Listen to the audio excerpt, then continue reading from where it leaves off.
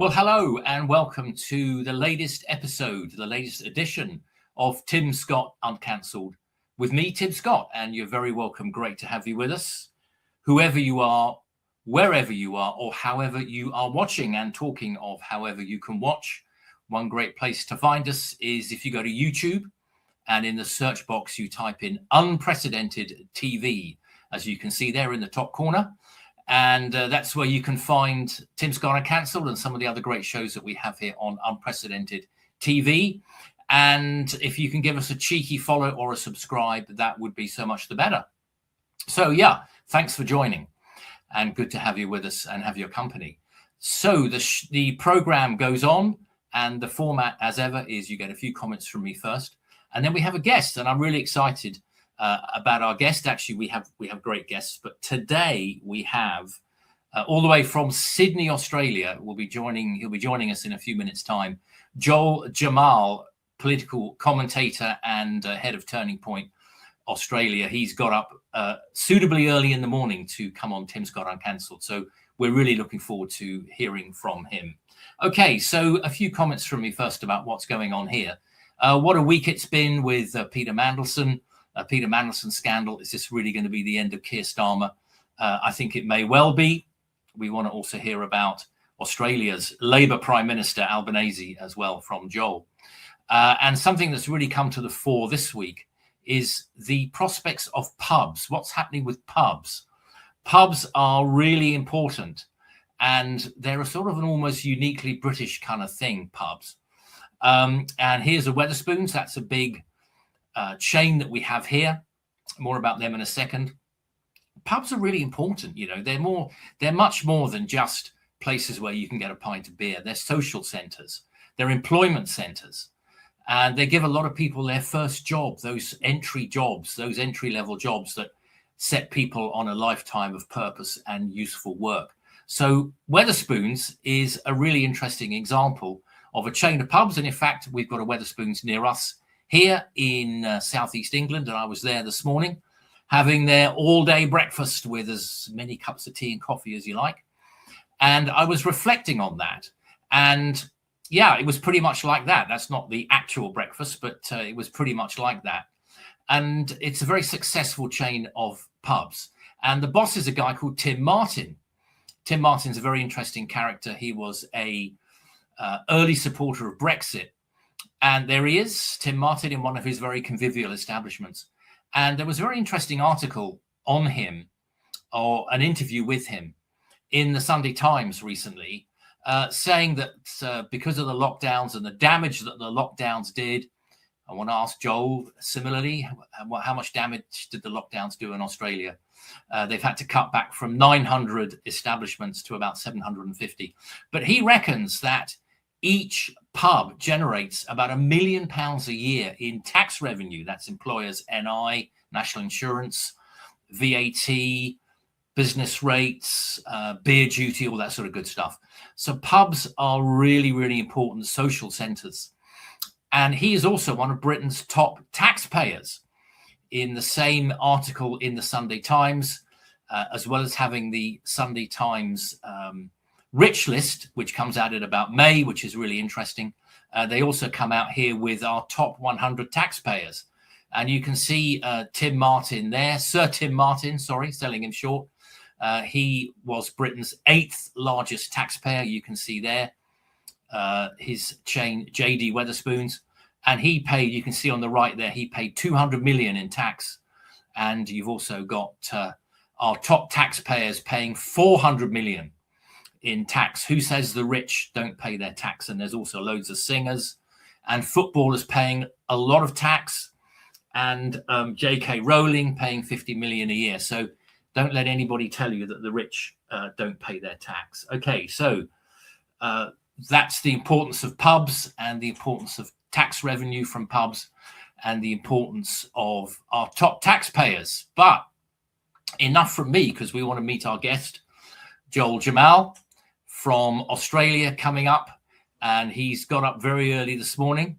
Joel, good morning where you are, and welcome to Tim Scott Uncancelled. Good evening, Tim. I really appreciate you staying up late for me. Thank you so much. It's an awkward time zone. You've got up early. So what time is it in Sydney? Oh, look, at the moment it's 8:15 a.m., but I'm usually up at 4:30 a.m. anyway, so My goodness, I don't mind. 4:30. Wow, that's impressive. Good stuff. Well, Joel, it's great to have you with us. Now, we first met at CPAC, Conservative Political Action Centre in Washington, D.C., didn't we? And actually, by coincidence, or maybe a higher purpose, we ended up sitting next to each other at the dinner, I seem to remember. That's right. Washington, D.C., early last year. It was a lot of fun to meet so many different people. And obviously, having the Five Eyes countries members rock up there to actually share our experiences and what we perhaps the challenges that we face in our respective countries. It's always a pleasure. Absolutely. So just tell us a little bit about what you do, Joel, and where can people find you? Yeah, absolutely. So I'm the head of Turning Point Australia. I'm also the head of the Light Australia newspaper. And I also have the ARC podcast here as well. So every year we reach about 220 million views online. We just recently crossed the 1 billion view mark in October last year. We've been around for about 4 or 5 years. And what I'm basically do for the Australian people ever since the COVID lockdowns is I teach people who's punching them, why they're punching them, and how they can punch back politically. One of the big issues I often find, Tim, and we've often talked about is, there's a great line in the Bible, my people suffer because of their lack of knowledge. I'm finding that a lot of people are realizing that they weren't taught proper civics classes in school. They don't know how to breathe their values into politics. And look, as an unashamed Christian and conservative, I'm the sort of guy that I'm not afraid to actually share my values. I'm not afraid to speak those values. And I think we need more of that. And also showing people how to breathe that into politics so that they can get representatives that represent them. Very interesting, Joel. Where there is no vision, the people perish. I think those are things that we're both familiar with. Okay, good stuff. So I think, Joel, you've recently had Australia Day, haven't you? That's right. Yeah. How's Australia Day been going? Yeah, it was a huge success this year. You know, it was one of the most recent Australia Days that I've actually remember being a significant one for the last 5 years. We had enormous protests in the street. We had festivals. We had people draping themselves in the Australian flag. People were putting Australian flags all over bridges, a bit like in the UK, how you guys had the basically hoist the colours movement. We've been having that in Australia as well, and it's been a big 4-month lead up to January 26th. But we have actually deemed January Australia Month. So we wanted to have a whole month to celebrate Australia and everything that we're proud of as a country.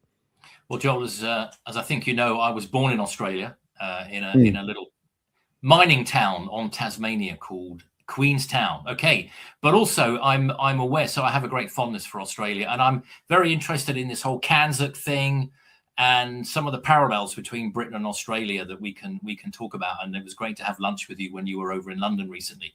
But also, Joel, not everybody appreciates Australia Day, do they? No, we have these Invasion Day protests, which I'm a bit perplexed by because we're in the middle of an invasion with mass immigration in Australia. They don't protest against that, but they protest against the Invasion Day. You know, Australia's Aboriginal, the sovereignty was never ceded. A lot of people, they don't realize that Australia was actually conquered. These people were adopted into the Constitution. They're no longer a part of like a sovereign tribe anymore. They've been adopted into Australia and they've become a part of our history as a result. But no, look, every year this happens. You get the usual suspects that come out. Anyone, any Tom, Dick and Harry that hates Australia has a gripe with Australia, wants to tear Australia down. The communists, the Marxists, the most radical of Islamists, they all come out on that day in particular to come out and basically they wear the Aboriginal flag, they drape themselves in it as a cover, but be under no illusions. There are many Aboriginal Australians that actually are proud of this country. They look back at our history. It is what it is.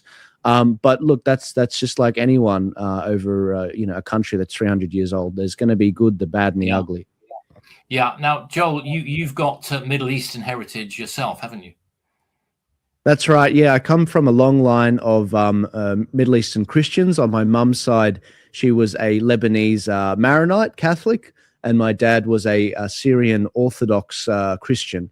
And my grandfather came to Australia in the late 60s, and we've never looked back since. Yeah, good stuff. So you've really embraced what Australia has to offer. That's right. Yeah, I went to the King's School in Sydney, so I have quite an affinity with British culture and British military culture, especially. Yeah. It has the oldest. It's actually connected to the King's College in the UK. Yeah. And I was a proud cadet under officer in the cadet corps there, which is the sword behind me, which we used to march with. Good stuff. And you might see the statue here. Yeah, I could see that. I saw that before.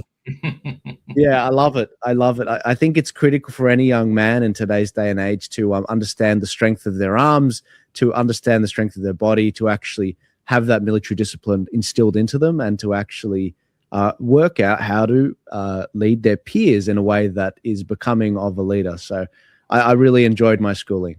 Good stuff. Joel, let me just jump ahead a bit, because I wanted to get this bit in, seeing as we're briefly dwelling on military matters. I noticed recently you were talking about Australia as a military ally of the USA. And of course, you guys sent troops to Vietnam, a conflict we stayed out of, probably rightly, actually, but I think you guys did the right thing. And my wife and I, we had a fantastic holiday to Southern Africa, and we were on holiday in Botswana. And it was my absolute privilege to meet a 78-year-old Australian, Major Stuart Penny, retired, of course, at 78. And not only had he served in Vietnam, he had been a young lieutenant and platoon commander in Vietnam, but his unit, 6 RAR, 6th Battalion, the Royal Australian Regiment, was the unit at the Battle of Long Tan in 1966.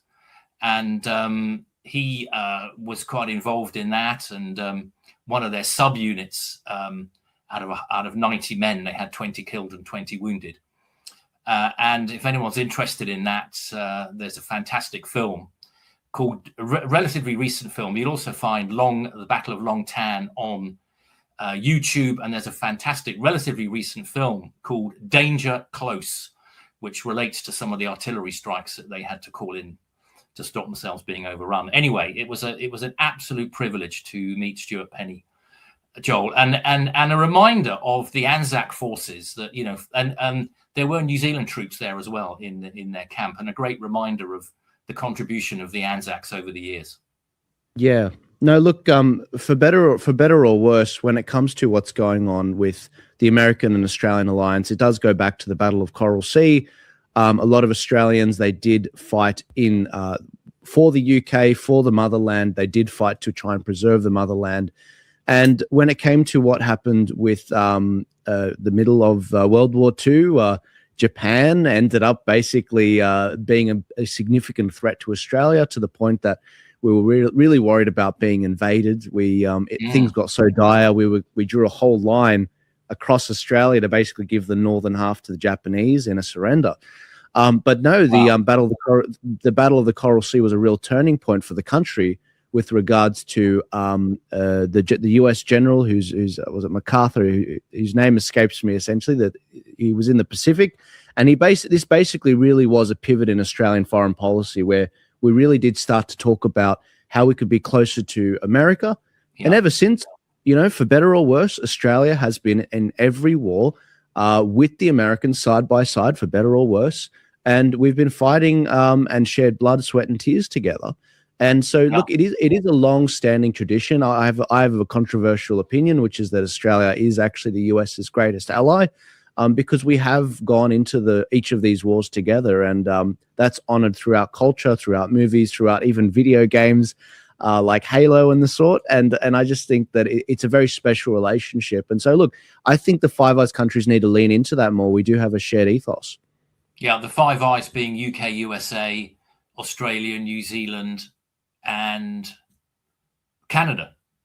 Of course. We can't forget the Canadians, even though they've got a funny prime minister. I know, and another one. Another one. So I'm very into this whole Kanzuk thing, and I'm a huge fan of Tony Abbott. In fact, I had the privilege of meeting him over here in London last year. Let's not forget, final point on this. Let's not forget your northern city of Darwin during the war was bombed by the Japanese, and it's in that film Australia, starring, trying to remember, Darwin was bombed several times by the Japanese.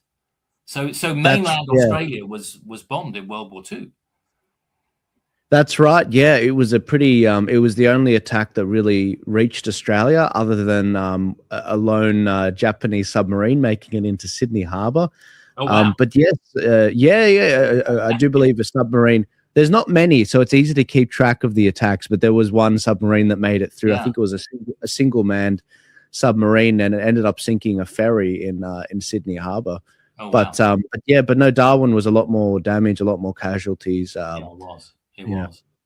Okay, so I want to move on then, Joel. Thank you. And just look at some of the issues, and I'm very interested in some of the comparisons between the UK and Australia, because actually we share so much.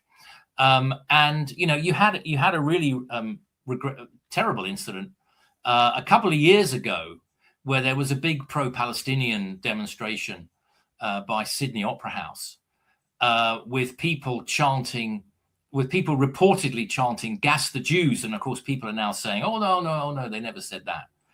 And then, of course, just before Christmas, we had, here we go. There was that. I mean, what's your view on that one? It seems this was a couple of years ago, wasn't it? At the start of the Gaza war with Israel and Gaza. It seems pretty clear to me these pro-Palestinian demonstrators were chanting "Gas the Jews," but now you've got people saying, "Oh, they weren't really saying that." Yeah, look, I remember this vividly. So this was the night of the attack. So in Australia, when the attack happened, we were going into the evening, whereas obviously with a different time zone in the US and in the UK. So before Israel had even responded, there were these protests in the street. You had these Islamic sheikhs who are still in this country, these Islamic preachers. None of them have been deported or put in jail. They were out there, saying, "I'm elated." That's a direct quote. They'd be in the street. This is a day of victory. And look, anyone that wants to celebrate the slaughtering of innocents has no place in Australian society. And this footage outside the Sydney Opera House was that night where it was like a snap protest.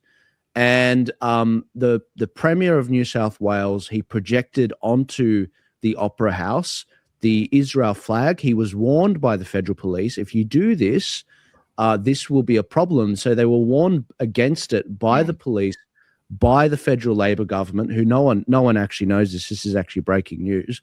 But also in the footage that came out when they were out there, it was taken by David Adler, who was the head of the Australian Jewish Association. He's actually a friend. And yes, what you can appear to see is people saying "Gas the Jews." However, when I've asked people that were at that protest, there are a number of, believe it or not, government employees that were at that protest, but there were also other people in the Muslim community that I spoke to. One girl I spoke to that knew people there was Syrian girl. She was saying they weren't saying "Gas the Jews," they were saying "Where's the Jews?" Because now look, guys, this is disputed. I don't know. The police have come out and said, look, they were saying "Where's the Jews?" not "Gas the Jews." I don't know what the truth is. It sounds like "Gas the Jews," but when I pushed back on Syrian guy, I said, but I don't understand. What do you mean? They weren't saying "Gas the Jews." They were saying "Where's the Jews?" And she was saying, well, what happened was the police tried to shut down these protesters when they arrived at the Opera House. So they said to the protesters, the police said to the protesters, those with the mics, "You can't do this because you're basically scaring off Jewish people. You're not making them feel welcome," which then prompted the chant, "Where are the Jews?" They're like, there are no Jews here, basically. Who are we keeping away? But look, this is not good stuff for Australia. Most average Australians look at this and they're just perplexed. This is a conflict that's 14,000 kilometers away. Yeah. We're not the police of the world. We're very relaxed. My grandfather, my parents, when they came to this country, they left their bag of old gripes where they came from. They adopted the Australian set of values. We celebrate Australia. We're adopted into this country. I'm an adopted Australian son, and we respect the host. But the idea that we're going to import our foreign conflicts, if everyone did that, we wouldn't have time to actually make Australia great again. And so I have a very simple philosophy, and most Australians agree with this, which is leave those conflicts overseas. We don't want to see you celebrating the death of innocents overseas. And we've got to focus on Australia. Similar problems here. We have similar problems here, Joel. We have overseas conflicts being played out on the streets of London and other cities. And final comment on this, because we must move on, is that people can look this up.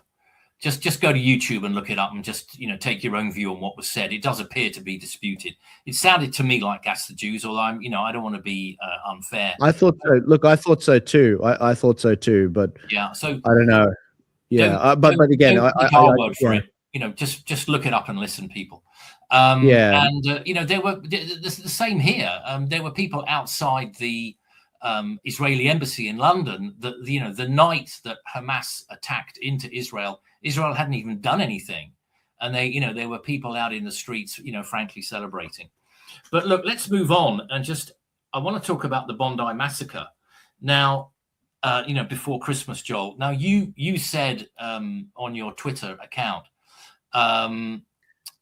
that you said the anger over it is palpable in Australia. What did you mean by that?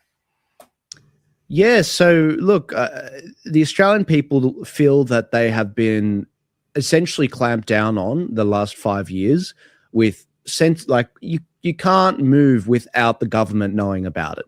They have all your data. They have existing legislation. You can't get a gun. We have very good gun laws in this country already. We've had them for 30 years unchanged.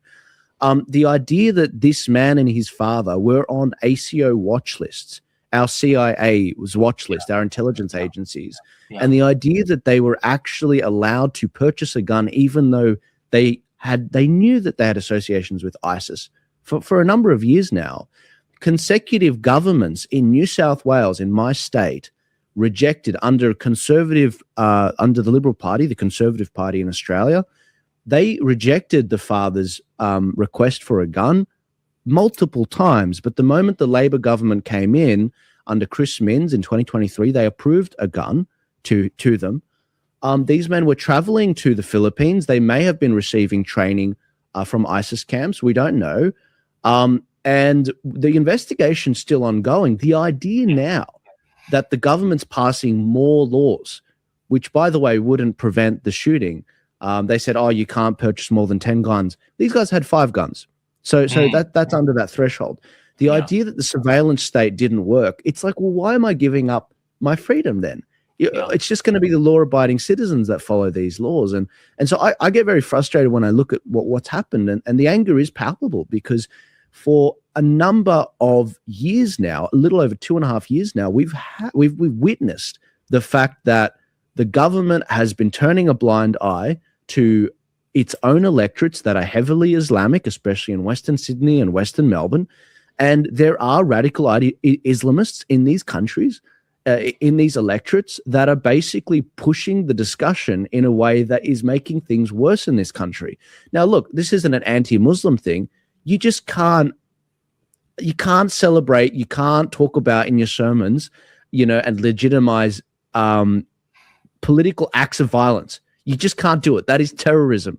You should be deported. And if you're an Australian citizen, you should be locked up. You're not allowed to do that because that is not the Australian way of life. That's not normal. And look, we threaten the stability of our society if we don't clamp down on this. And so the idea that the government didn't use the existing laws in the books, that is why the anger is palpable. That is why Anthony Albanese has been heckled every time he goes to one of these vigils. He doesn't show his face at these funerals.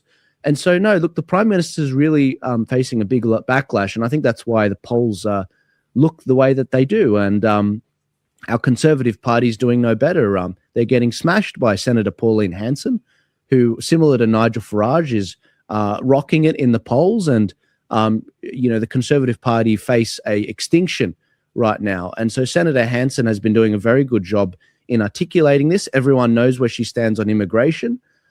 This man's father, Naveed, you can see in that photo, His father came on a student visa in the late 90s and essentially was allowed to get a gun even though his son was on ISIS watch lists. I mean, on ACO watch lists associated with ISIS. So, look, there's significant problems with this. And over the last 2 years, I've witnessed the government cancel visas of a number of right-wing speakers like Posey Parker from the UK, like Jordan Peterson, like Novak Djokovic, like a number of Israeli ministers coming to Australia, like Candace Owens. They only cancelled her visa last year. It's like, well, you mean to tell me you've been more focused on that and Nazis, supposed Nazis and right-wing extremists, but you couldn't go after these Islamic extremists? Maybe it's because you've got heavily Muslim areas that won't let you actually do this sort of stuff. And again, we haven't had one Islamic preacher on a visa deported or locked up, not one, which is ridiculous. Yeah, it's interesting, isn't it? The parallels, Joel, between Britain and the UK. You know, we've both got an unpopular Labour government. Starmer here seems to be out. I think it's only a matter of time before he goes. And both countries have got what, let's call them, a radical right party, Reform under Nigel Farage, and One Nation under Pauline Hanson. I mean, One Nation. Let's talk about One Nation. I mean, because they're a sort of radical. Would you call them a radical right party?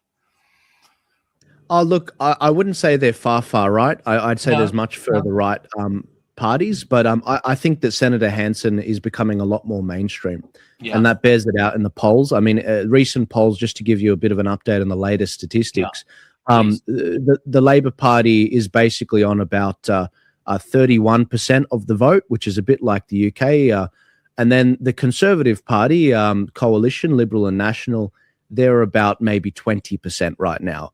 Whereas One Nation is at about 24% they're polling at, which is more than the Conservative Party in this country.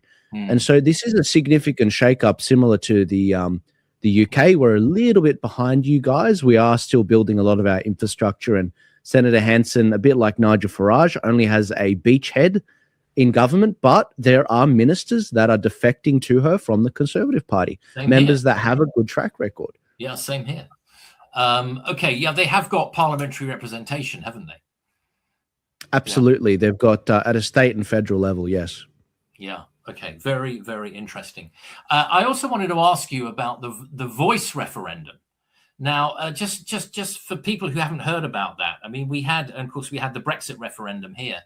And both those referendums, the Brexit referendum here in 2016, the voice referendum. Tell us a little bit about it in a second, that you guys had a couple of years ago. Neither of those referenda went the way that elites wanted them to go, which was glorious.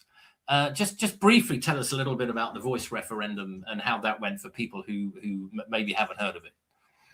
Sure. So generally speaking, this was basically to add almost like a new high court to Australia, a consultative body that was supposedly to speak up on Aboriginal issues. Now, the problem with this particular issue, this was about closing the gap between Aboriginal people and average Australians. The problem with this issue is even the Black sovereignty movement didn't want this. A lot of Indigenous people didn't want this. And the reason for that is, and a lot of Australians rejected this, 60 to 70% of them rejected this, because there was no detail. We didn't know who was going to make up this particular body. We didn't know how they were going to be elected. We didn't know what powers they would have. All of this detail, this blank check, would be filled in after it was signed, basically. And it was a completely dangerous proposal. I'm glad that the no vote ended up triumphing. It was 100% a populist moment for Australia, very similar to the UK. And because we have mandatory voting, it was a larger margin than what you guys had in the UK. You guys had about 51.5% voted against, basically, you voted to leave the European Union. Whereas in Australia, it was 60 to 70% of our country voted to actually reject the voice to the parliament. And so all the big banks, all the unions, all the media, even, Coles and Woolworths, the biggest corporations, they all donated about $100 million to this thing. On top of that, the Electoral Commission in Australia, basically put $250 million towards education campaigns and running this referendum as well, which was definitely lopsided in educating the public. It was a completely substandard. Whereas the no side to this proposal, as the underdogs, it was a truly David versus Goliath situation. We had about $20 million in total. And so it was an enormous triumph. It was a victory for the little people, as Nigel Farage would say, and he donned it as Australia's Brexit moment. And it was just a very great breath of fresh air, because in the past we've had the same-sex marriage proposals and votes and whatever, and we've lost those because of the manner in which those were conducted and framed. It was just great to see that the entire nation, every state, rejected this proposal, and the Northern Territory rejected this proposal, which is where a lot of Aboriginal people live. I'll bet you Canberra voted for it. They did. They were the only place to vote for it, the Australian Capital Territory. Everyone who's on the government payroll, of course. Well, I'll tell you what, Tim, just so you know, anywhere from $8 billion to $40 billion every year, which is almost the size of our defense budget, goes towards trying to close this gap between Aboriginal Australians and average Australians. Where does that money go? One of the reasons why so many Aboriginal people voted against this proposal is the fact that they actually didn't like that they were ceding their sovereignty, because you need to understand, there's 300 different tribes. They didn't want one voice. They liked having their own voice, like a democracy. And the other thing is they're just asking the question, where is the $40 billion going? It's going to consultants. It's going to planners. It's going to lawyers in Canberra. It's not going to people that actually need it in rural Australia, in these communities.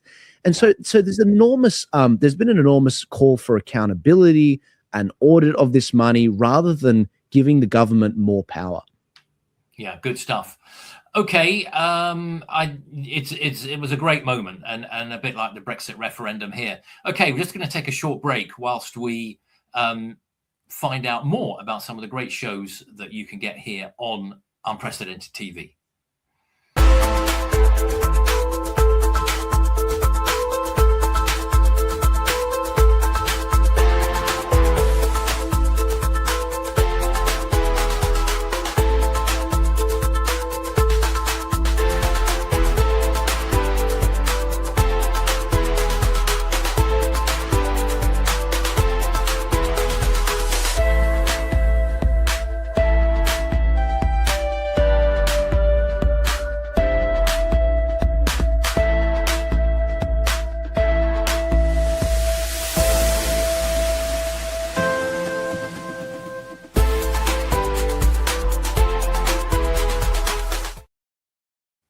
Okay, thank you. That's Dire Consequences with Claire Dyer here on Unprecedented TV. Joel, just a quick comment from you on Charlie Kirk. I know you didn't meet him face to face, but you were on a call or two with him, and you were trying to get him to come over to Australia. Do you just want to give us a quick comment on Charlie and his murder? Yeah, look, I think it's a reminder that life is precious. It's that, any moment could end any time. So hold your family close. But we are entering enormously dangerous times. When it comes to Charlie and his work, it was phenomenal. It was the fact that he could engage in respectful debate. You could genuinely say when he chatted with someone, he wanted the best for them and hold their hand to win the debate fair and square.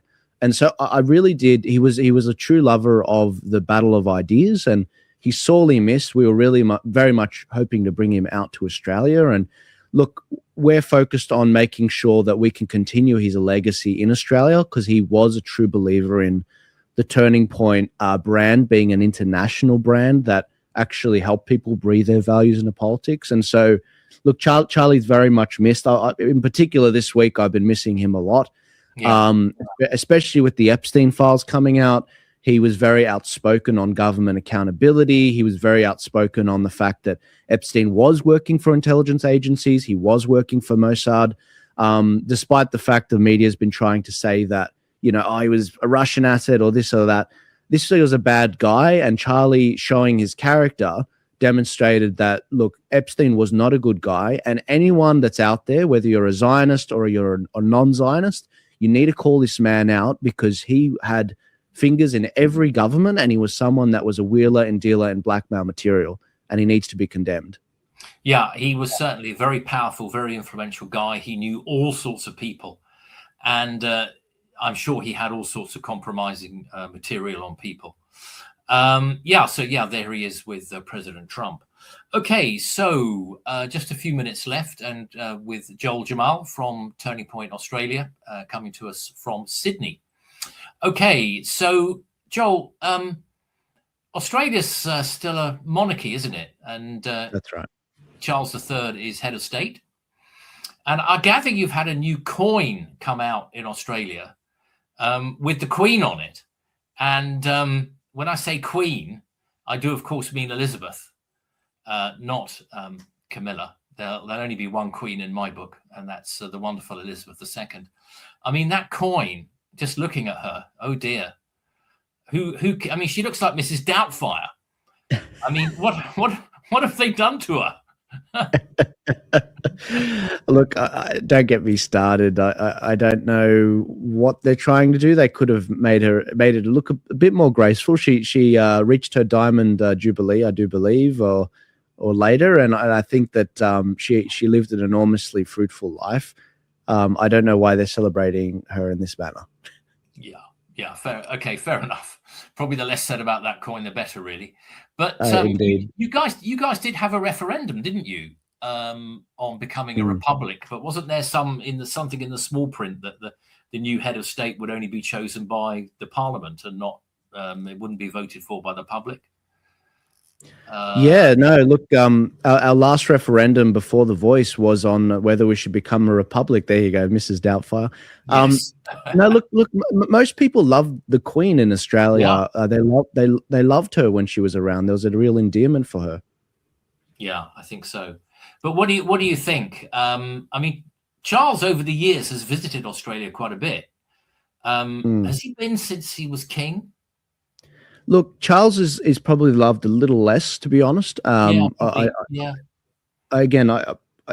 not sure why, but I just think the Queen had a lot longer to grow on us, and I think she was very graceful. She performed the duties of the office very of the crown very respectfully, and she would never step out of line and talk about really anything. Do you like Nigel Farage? She won't really say anything. Do you agree with the climate proposal? No, she doesn't agree with, she doesn't say anything. Whereas, Charles, he's a lot more political. We know he agrees with the, climate change and net zero and a lot of these World Economic Forum agendas. And unfortunately, I think that turns a lot of people off. But look, I believe Australia is going in the direction of becoming a republic, but the only thing that stops it is the detail. The problem is anyone that puts the proposal up probably has the most to gain. And so that's kind of why in the Voice proposal, they put so little detail, because when they tried to put detail in the 30 years ago in the referendum for a republic, they couldn't agree on, basically what model that would work. And the model that was put forward was a bunk one. And so, look, for now, if it ain't broke, don't fix it is the philosophy of Australians. The real problem is, though, I do think we're going to have to sort this out at some point. As much as I am a monarchist, I do think at some point this is going to have to be sorted out, because all it takes is for Prince Charles to say every country under his tutelage basically has to adopt net zero policies. Overnight, you won't find a monarchist in Australia. Very interesting. And I think just thinking about your Prime Minister Albanese, is it? How do you pronounce? Is it Albanese or Albanese? This is what. Albanese. It's Italian. Albanese, yeah. Now we know he had previous form as a pro-Palestinian activist, but is he a Republican as well? Do you think is Labour more likely to push Australia towards becoming a republic? 100%, 100%. Yeah. It was very much spearheaded on the left, the Labour Party in the last referendum, as well as the Voice referendum. But yeah, the same thing goes for the Wets or the Rhinos in the Conservative Party. A lot of them were Malcolm Turnbull, for example. He's the former Prime Minister of Australia. He was a more left-wing Prime Minister from the Conservative Party. He was debating Tony Abbott, a more right-wing member of the Conservative Party. And so, look, it was very much he was definitely was a. I don't think he was a monarchist at all. Yeah, interesting. You mentioned Tony Abbott again. A great Aussie, great Anglophile, Christian man, and actually one of my political heroes. And obviously, you have some respect for him as well. Yeah, well, good stuff. Okay, Sorry, Tim. I just remembered one thing, which was that the Prime Minister, when he came in, one of the big indicators that he's not a monarchist was he created a whole new position, basically to break up and separate from the monarchy. The name escapes me, but he created a new sort of minister in charge of that, which kind of told you exactly what you needed to know with regards to the direction he wanted to send us culturally. Yeah, okay, very interesting. Okay, Joel, it's been great to have you on. Just remind people, where can they find you? You're on Twitter X, aren't you, for example? That's right. Twitter, Facebook, Instagram, Telegram, TikTok, everywhere. If you search Joel Jammal, as it's spelt below my face, or you search Turning Point Australia, we've got 600,000 followers online. We really enjoy doing podcasts every week, getting the stories out about Australia every week and featuring many professionals. So if you want to head there, or if you want to connect with us on our website, that's tpaust.com.au. We really appreciate you guys tuning in and really supporting us. And I'm looking forward to seeing you again in person, hopefully soon, Tim. I may be making a trip to the UK again very soon. That'd be great. I am going to come to Australia. I may come for CPAC Australia and give Andrew Cooper my regards. He's the organizer, isn't he? The sort of. That's right. Andrew and I, we're heading to CPAC in Texas in March, actually, late March. There's a big Aussie contingent going this year. Last year it was more 25 people.